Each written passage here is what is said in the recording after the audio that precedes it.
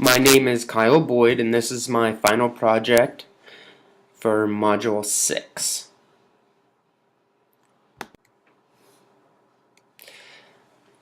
Today I'm going to be covering the who, what, when, and where everything is taking place. I'm going to go through what are particulates. Then I'm going to move into what are the health effects that are developing from the particulates or pollution in the air. What are sources that are causing the air pollution? Then I'm going to go through the sequence of events that took place in my issue. I'm going to briefly touch on the Clean Air Act, which is the major law that is in effect in my issue. Then I'm going to go into the standard implementation program. And then at the end I have some quotes from some of the residents from Fairbanks, Alaska, where actually everything is taking place.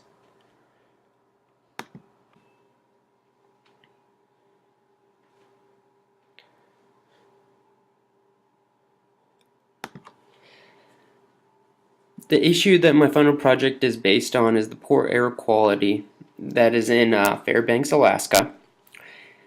A recent report released that the American Lung Association ranked Fairbanks as the 9th dirtiest U.S. city in America. That's the 9th out of 227 metropolitan cities. The air quality is so bad that that's actually causing people to develop health problems. And I thought this was a really interesting fact that I wanted to put in there to start basing your guys' opinion on this. In the winter of 2013, the greater Fairbanks area logged more than 50 days that exceeded the legal health limits for air pollution. Lastly, the state of Alaska and the environment. As I said before, my issue takes place in Fairbanks, Alaska. The community that's mostly prevalent in my issue is North Star.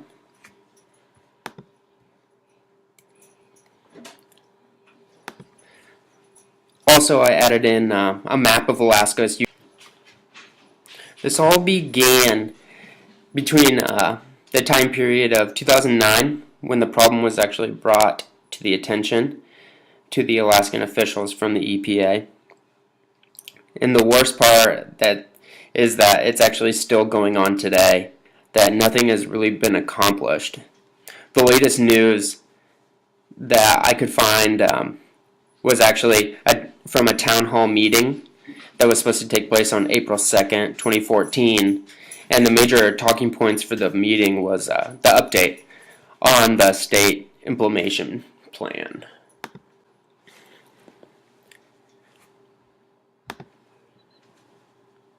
The groups that are important in my issue are the Citizens for Clean Air. They're a coalition of local community members and citizen groups in Fairbanks, Alaska, who are committed to cleaning up the air while keeping everyone warm in the winter. The next group is the Alaskan Community Action on Toxins. They're a non-profit group that specifically look into environmental health research and advocacy organization whose mission is to assure justice by advocating for environmental and community health. The next group is the Sierra Club, which most of you already know. It's a huge club organization. They are the American's largest and most influential grassroots environmental organization. They have over 2.1 million members, and they're nationwide. The next group is the state of Alaska, and especially the administrative officials who work for the state of Alaska. And lastly, the Environmental Protection Agency, whose sole mission is to protect the human health. What is happening in my issue is through the industrialization of Alaska, the air quality and control of air pollution has severely deteriorated and gotten out of control. The air quality and air pollution in Fairbanks is not meeting the standards and regulations set forth by the EPA and the Clean Air Act. And the main problem is the inhalable particle sizes, is about 2.5 micrograms or smaller, that are. I'm going to go in a little bit into what exactly particulates are. And particulate matter, or also known as particle pollution, is a complex mixture of extremely small particles and liquid droplets. Particle pollution is made up of a number of components including acids, organic chemicals, metals, and soil or dust.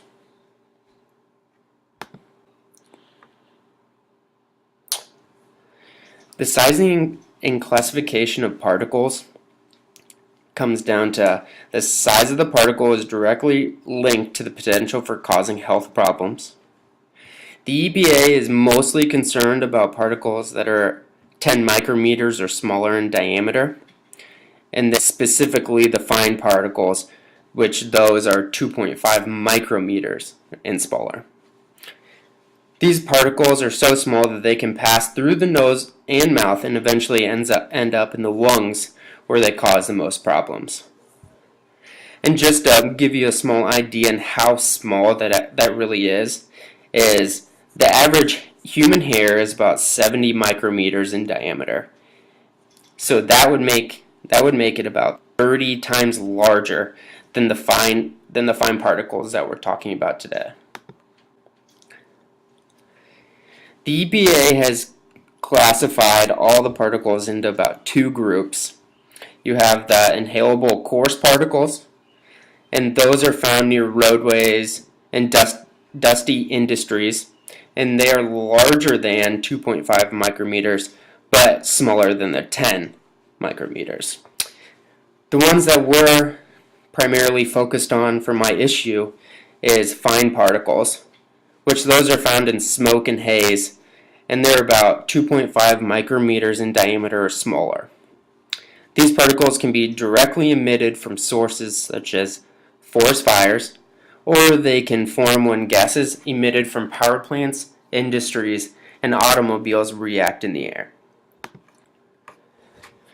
Some health effects that can be caused by these particulates and air pollution is numerous studies have been linked to particle pollution exposure, especially the fine particles, which are the 2.5 micrograms or smaller, to a variety of health problems including premature death in people with heart or lung disease, non-fatal heart attacks, irregular heartbeats, aggravated asthma, decreased lung function, and increased respiratory symptoms such as irritation to the airways, coughing, or difficulty breathing. Once these particulates are inhaled, they can affect the heart and lungs, like we said before. Some sources that are causing the air pollution that are specifically in Alaska all the time are, which I applied some pictures so to give you guys some visual references. You have your wood burning and coal burning heating devices. You have your automobiles and other vehicles. You have your industrial facilities that are outside, like your coal-fired plants. And then a lot of it is your outdoor burning, which are like bonfires and all that. My issue basically started at the beginning of 2009 when state officials were first advised that soot and smoke levels were reaching unhealthy and dangerous limits. Then again in 2009, it was brought to the attention of the administration in Alaska that they were not meeting the standards and regulations set forth by the EPA's Clean Air Act. The Clean Air Act is the most important law that affects my issue, which I wanted to go into a little bit of detail because I know we are not going to cover it in our 8-week class. But Congress originally designed the Clean Air Act to protect the public health and welfare from from different types of air pollution caused by a diverse array of pollution sources. The Clean Air Act is in place and requires the EPA to set forth a national ambient air quality standards for the 6 most common air pollutants, which I listed right below, which are ozone, particulate matter, which that's what we're going to focus on primarily, carbon monoxide, nitrogen oxides, sulfur dioxide, and lead. There has been recent revisions to the Clean Air Act which affect my issue, which I kind of summarize what I think the most important change is with the regard to primary health-based standards for fine particles, generally referring to particles less or equal to 2.5 micrometers in diameter or less, which are the fine particles that we talked about. The EPA is revising the annual limit standard for these particles, lowering the level to about 12 micrograms per cubic meter, so to provide increased protection against health effects associated with long and short-term exposures, and to retain the 24-hour particulate matter fine particles standard at a level of about 35 micrograms per cubic meter. And below I have a link that will actually take you to this new revision if you want to take time and go to it and look at it for yourself. And now I'm going to begin with the sequence of events that took place that built up to my issue. As we talked about before, in 2009, when the officials were contacted and told about the poor air quality from the EPA. But the EPA declared Fairbanks, Alaska a non-attainment area.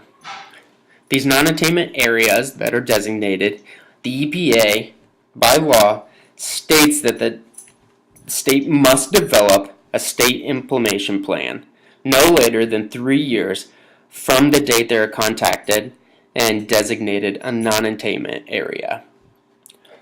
This would give Alaska until December 14th, 2012 to develop and submit the SIP, Standard Implementation Plan, that would correct the poor air quality and pollution problem. I wanted to go into a little detail just to define it for you guys so you know what I'm talking about. The Standard Implementation Plan is basically the Clean Air Law requires states to develop a general plan to attain and maintain the national ambient air quality standards in all areas of the country and a specific plan to attain these standards for each designated non-attainment area. These plans are put together by state and local air quality management agencies, and then they're submitted to the EPA for final approval before they're actually put in place. Back to the events that took place. The deadline was the December 14th, 2012, 3 years after they were told, but that deadline came and went without Alaska submitting anything to the EPA. They still, as of today, in 2014, still have not submitted any SIP or any kind of plan to the EPA to try to meet the new 24-hour standards or put in a plan to help with the poor air quality and air pollution. Once the deadline was passed, you can obviously tell or just think that residents in the community that are being affected by this became upset that nothing is being done to help them. So after the deadline came, the EPA, which everyone thought would step up and get some kind of answer, they did not. Instead of reprimanding the state officials for not submitting anything, or specifically giving them a finding of failure to submit, which should have came about 6 months after the deadline that the state of Alaska missed. Instead, the EPA irresponsibly decided on their own to extend the deadline for the state of Alaska to submit this plan, and they have yet to determine the actual ending date of the deadline. So as you can tell, the residents and community were not happy about this at all, so they rallied together, and that's what formed the Citizens for Clean Air group, which they got together and they're going to take action against the state and also the EPA.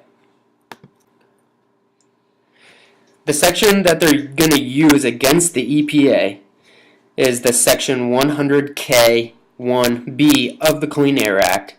It says requiring the administrator to make a so-called finding of failure to submit no later than 6 months after the submission deadline of the SIP.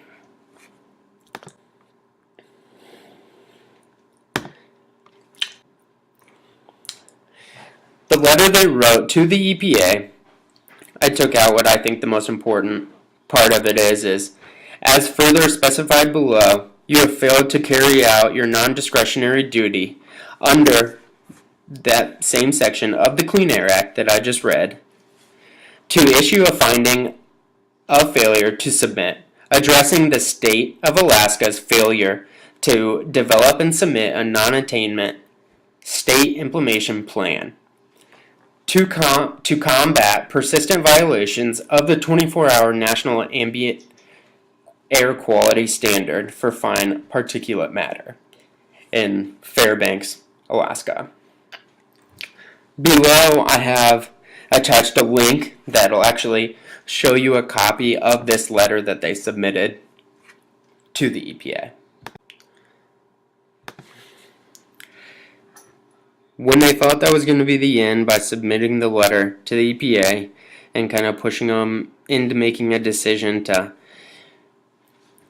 punish the state of Alaska for not submitting the SIP, it actually didn't. And still to this day, no SIP has been submitted from the state of Alaska.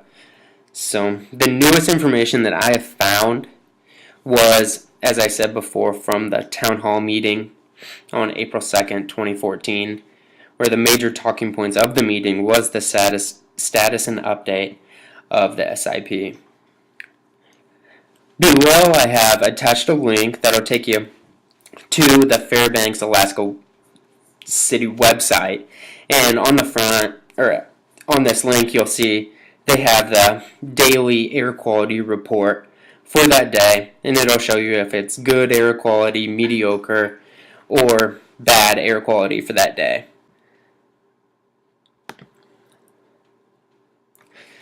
For these last 3 slides, I have attached quotes from residents that live in Fairbanks, Alaska, and I thought it was interesting when I read them, so I figured I would share them with you because this is their personal opinion of what is happening there, and it kind of gives us some insight and a look into what's going on, so you can base your own opinion after.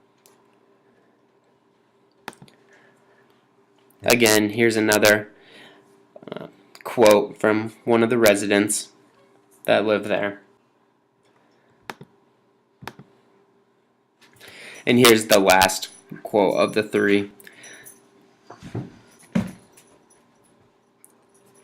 Lastly, I wanted to go into the incentive programs that are being put out there that are trying to cut down on some of the air pollution that is happening in the area.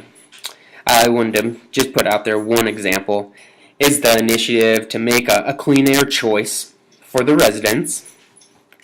The Air Quality Improvement Program is offering a reimbursement to any resident if they replace, remove, repair any solid fuel burning appliances that would put off some particulate into the air. And that is the end of my presentation. I have attached my references that I used. So all feedback is welcome, and I hope you guys enjoyed.